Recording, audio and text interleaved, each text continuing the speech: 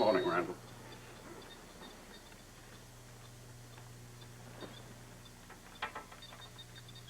Randall?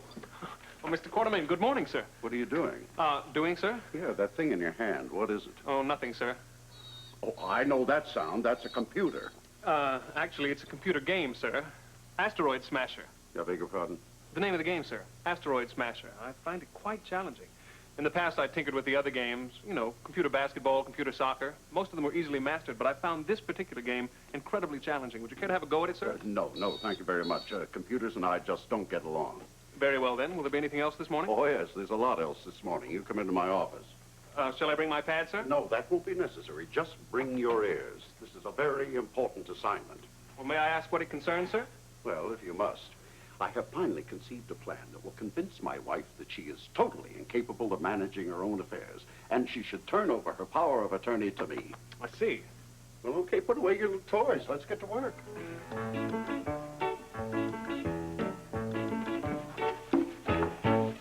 don't believe this. It's got to be a mistake. What? I haven't crossed off the scrub nurse in the surgery, Noah. Yes, I know. You know. Yes, and I'm very late.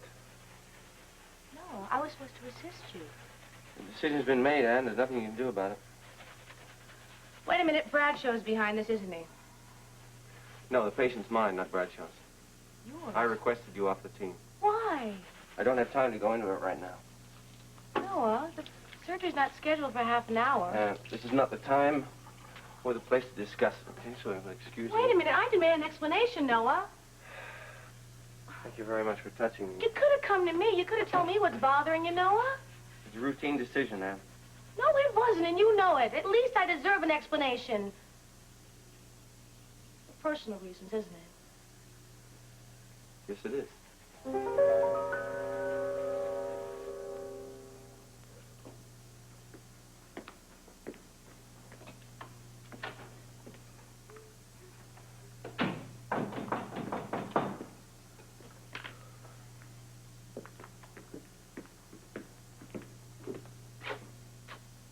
Who is it?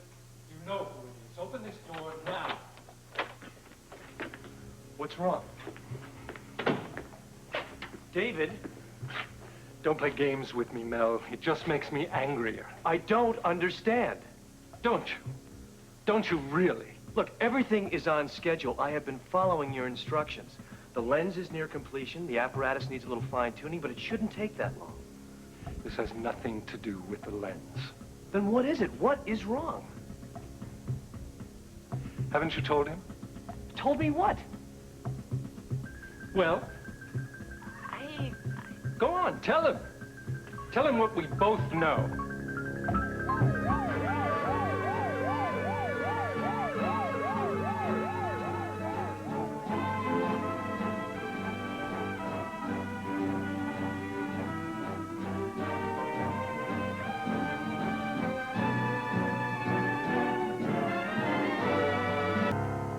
Don't walk away when I'm talking to you. I have nothing to say. But you're wrong. You have a lot to say. Tell him, Laura, or do you want me to do it? I don't know what you're talking about. You know exactly what I'm talking about. All right, all right. Let go of my arm, and I'll explain. I'm waiting. Laura, do you know what he's talking about? Yes, and so do you. You see, David, Mel knows about my shopping excursion. Mel, is that true? Yes, I knew it, but I didn't know that you knew it. How much did she tell you? I said, how much did she tell you? She went out for a while. Did she tell you her expedition included shoplifting? Shoplifting?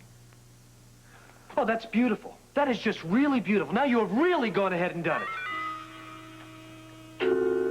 Oh, we are really going to do it this time, Randall. If you say so, sir. Well, I've been up half the night thinking, scheming, planting. Nothing is going to stop us. Absolutely nothing. My dear little darling demon of a wife is going to come crawling to me on her hands and knees begging for psychiatric help. Don't you think you're being a little cold about this, Mr. Quartermain? Randall, I do not pay you for your opinions. Of course not, sir. I was merely referring to the defenseless position of Mrs. Quartermain. Defenseless? That woman has taken the seed of power and grown it into a weed that is choking the very life out of ELQ. No, she must be stopped. I understand your position, sir. What? Well, I feel you should be more gentle with her. Gentle?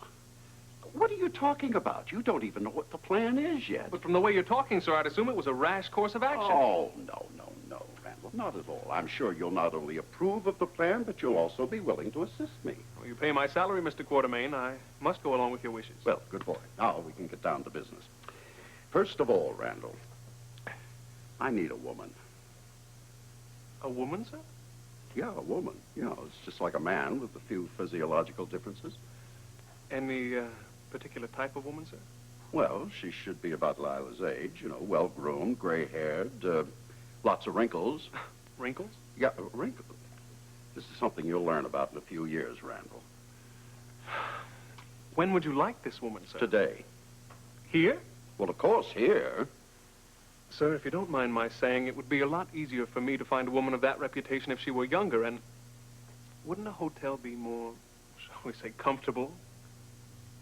Randall, what on earth are you talking about? Well, sir, when you said you wanted a woman, I naturally assumed you meant a Oh, woman. Randall, I'm not looking for a hooker. I'm looking for an actress. Oh, good. That's a relief, sir. She should look and act like one of Lila's contemporaries. A well-groomed, gray hair, wrinkles. Now you're talking. Do you have any suggestions? Well, I do know a local woman who should be perfect. She lives in my apartment complex. She does little local theater commercials, and I understand she used to be quite a sensation on the New York stage. I am not interested in her resume. Is she available? Well, I'm sure she is. How long do you require her services? Well, just for the day. I mean, she's going to have to rehearse this morning and be ready to perform this afternoon. Well, I'll get right on it, sir. She'll be here within the hour. Oh, good boy. You get to work. Step one is in effect now for step two. Lila, darling. How are you, my dear? Well, I'm fine, dear. Is this an emergency call? Well, no, darling. What would make you say that? Well, you sound so excited. I thought you might have been in an accident. Well, it's just that I'm caught up on most of the work around here today, and I was just wondering if you might like to have a little lunch with me this afternoon. Oh, Edward, what a lovely idea. Where shall we meet? We could meet right here at ELQ and then choose a restaurant. Oh, no. Wait a minute. I just remembered I'm having my hair done at noon. Oh, well, we could make it a late lunch, around 2 o'clock. Well, all right, if you don't mind waiting that long. Mind? Oh, my darling, for this I'd wait in the freezing cold, without a coat.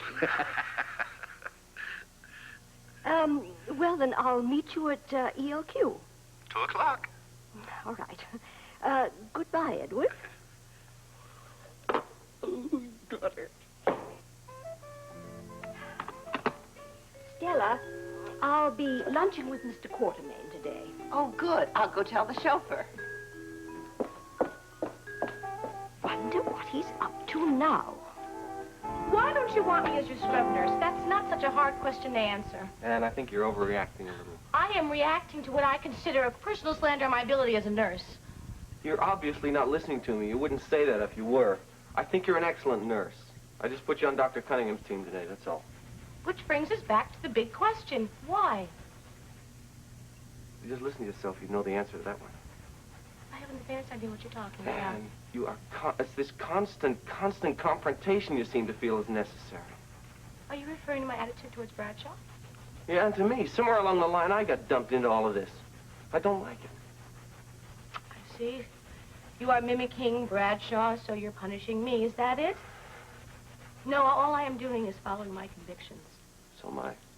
That's why you're on Cunningham's team today.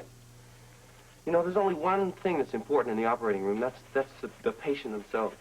And lately, your presence has generated nothing but tension.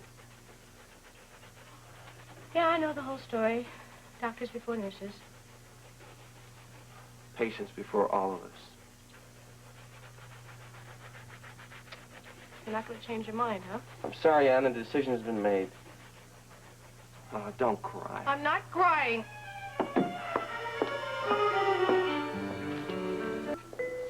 Were those the test papers that Amy was so worried about? Yeah, I think I'll finish correcting them while my other class is in the observation area of the operating theater. Oh, first time in OR? Yeah, and for some of them, the last. You know, we always lose a couple of students when they see surgery for the first time. Well, better now than later, I guess. Is Amy's paper there? Oh, Amy, no, I've already graded hers. How'd you do? Well, she passed.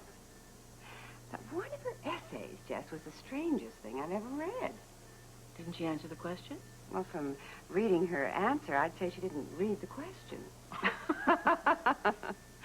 But anyway, I gave her a little credit for some effort there. Oh, a little favoritism there. Now, pity is more like it.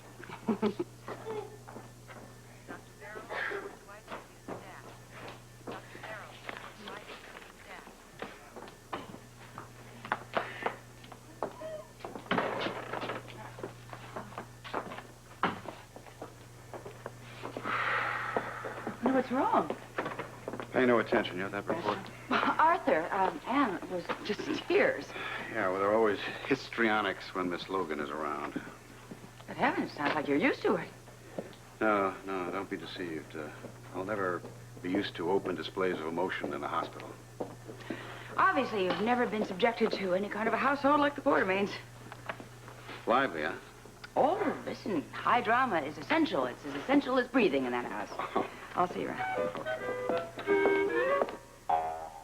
Mr. Quartermain, may I present Miss Charlotte Hepworth? Well, how do you do, Miss Hepworth? Oh, please, love, call me Charlotte. Well, very well, and you may call me Edward.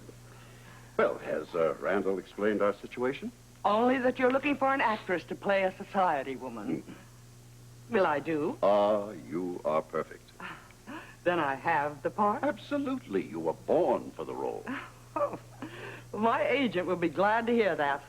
Poor old Keister's so ancient, most of his clients have retired or passed on. He needs the 10%. Well, you name the price and it's yours. You're no kidding. No negotiations, no agents, no quibbling? Not at all. I'm willing to pay whatever you think is fair. Well, then let me ask you. Just what does the part entail? Well, it's a day's work today. You are free for the whole day, aren't you? Oh, yes, but you still haven't told me what kind of a production this is. Oh, well, it's very simple, really. I mean, I'm going to try and play a little joke on my dear wife, and I want you to, pose as an old friend of hers. Pose? Is there any nudity involved? Nudity? Well, I don't do nude parts.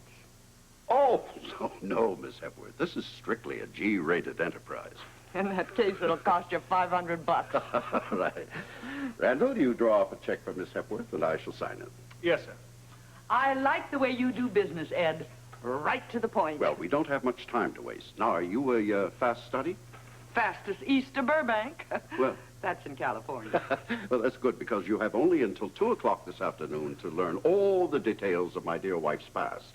What kind of details? Well, dates, her interests, friends, relatives. Do you have a biography or something I can look at? No, but I do have Randall. He's been playing around with his computer all morning, and he's come up with quite a presentation. Oh, it was easy. Just a matter of recalling Mrs. Quartermain's personal history file and comparing dates from the calendar program and then Okay, checking Randall, we believe you. Well, if I have only till 2 o'clock, I suggest we begin. Okay, Randall, that's your cue. All right. We'll start with Mrs. Quartermain's interests. When she was younger, it was golf and badminton. Oh, and croquet. Oh, she was quite a fanatic about croquet. Not half bad, either. These days, she spends her spare time with bridge, canasta, wine tasting, and Monopoly. Monopoly? Yeah, I am convinced that's how she learned to become such a ruthless businesswoman.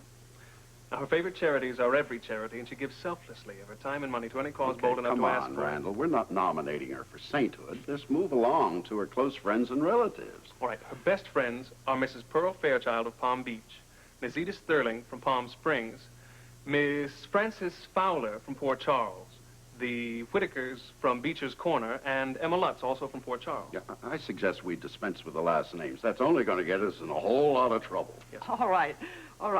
How's this so far?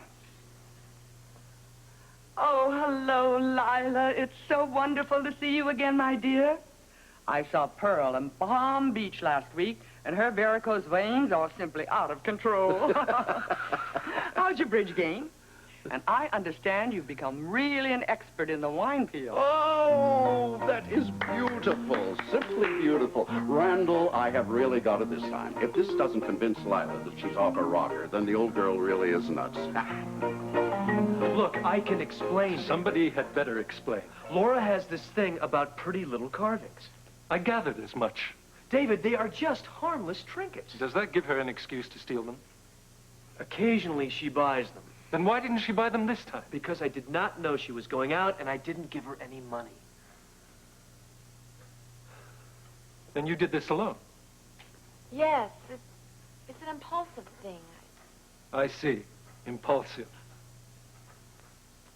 But something puzzles me. Perhaps you could help. Sure. Mel says that you didn't tell him you were going out. If that's so, then how did your sister Jackie and her 2 daredevil friends find out? Hold on.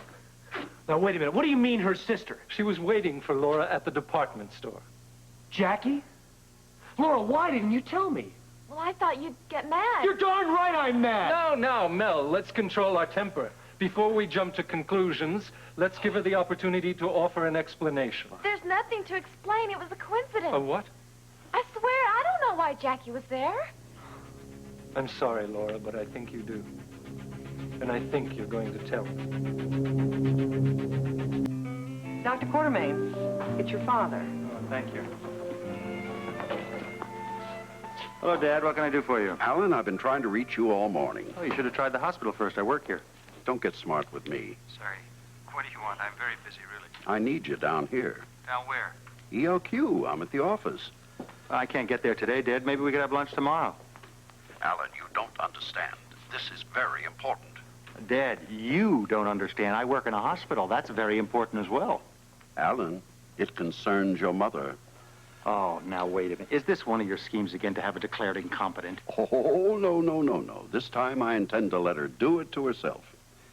You're not making any sense. It'll all make sense when you get here, Alan. I told I'm not coming. Well, then I make a direct appeal to your heart. Alan, your mother is very seriously ill. Now, I suggest you be here by 2 o'clock this afternoon if you care about her future welfare. Goodbye, Alan. Look, Father. Dad? Were you cut off? I don't know. Well, I can get him back for you. No, thanks very much, George. It won't be necessary. Alan! Where have you been all day? Around? Why? Did you get my note? Yeah, very cute. It was cute. Well, if you really want my criticism of it, it wasn't cute at all.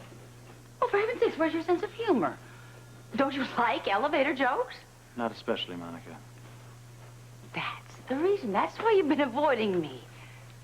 You're embarrassed. About what? Well, our little encounter in an elevator. Oh, don't flatter yourself. Now I understand. You postponed the hearing for our divorce. My lawyer called me this morning to tell me that. Our little encounter in the elevator had absolutely nothing to do with that. It was the fact that my attorney, he needs more time to do it, that's all. Excuse me, I have an elevator to catch. You want company? No, I can't afford it.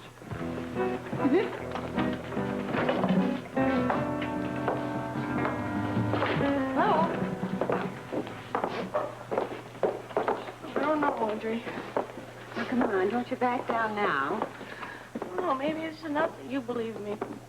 Darling, I've always believed you. I just was questioning the way you were handling it, that's all.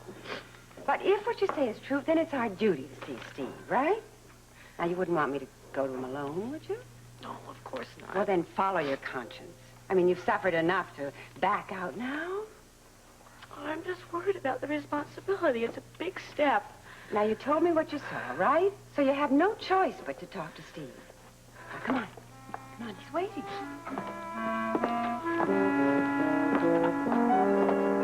Call Dan Rooney and ask him about the delivery date on that new scanner I ordered. Yes, of course, Dr. Thank you, Nancy. Oh, hello, Nancy. Ah, my 2 favorite ladies. Come on in. Thanks for seeing us. Well, I figured it was important. You don't usually call for an appointment. Well, Anne brought an urgent matter to my attention, and I insisted that she bring it to yours. All right, I'm listening. Go on, Anne. Tell him what you told me. Well, before I begin, I want you both to know that I realize what a serious charge this is, and I am willing to take full responsibility. I'll make a note of it. As you both know, I was on surgical nursing team when Dr. Bradshaw and Drake performed Ruby Anderson's hysterectomy. Based on what I saw, Steve, Dr. Bradshaw's negligence almost killed Ruby. Sit down, both of you. Your contradicting stories are an insult to my intelligence. I told you, I don't know why Jackie was there.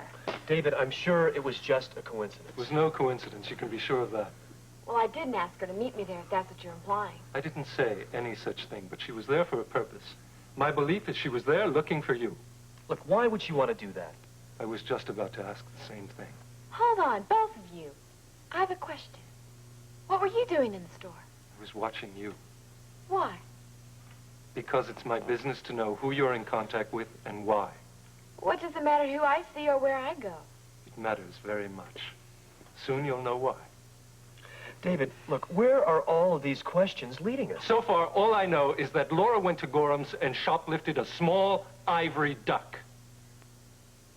Wait a minute. What? Maybe that's the answer. Maybe Jackie, when she...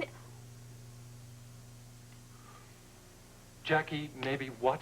Nothing. No, you were saying something about your sister. Yeah, but I was wrong. I don't think so. What do you mean? You're a kleptomaniac, Laura. I'm sure your sister Jackie's aware of this little quirk in your personality as well.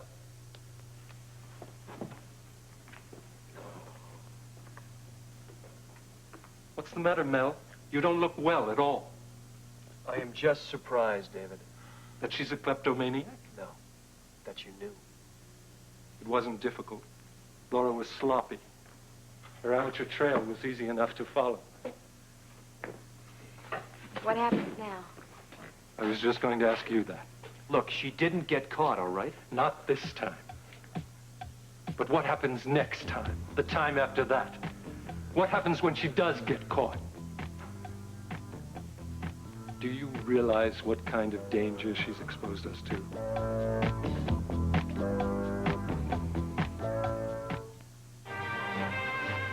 General Hospital will continue in a moment.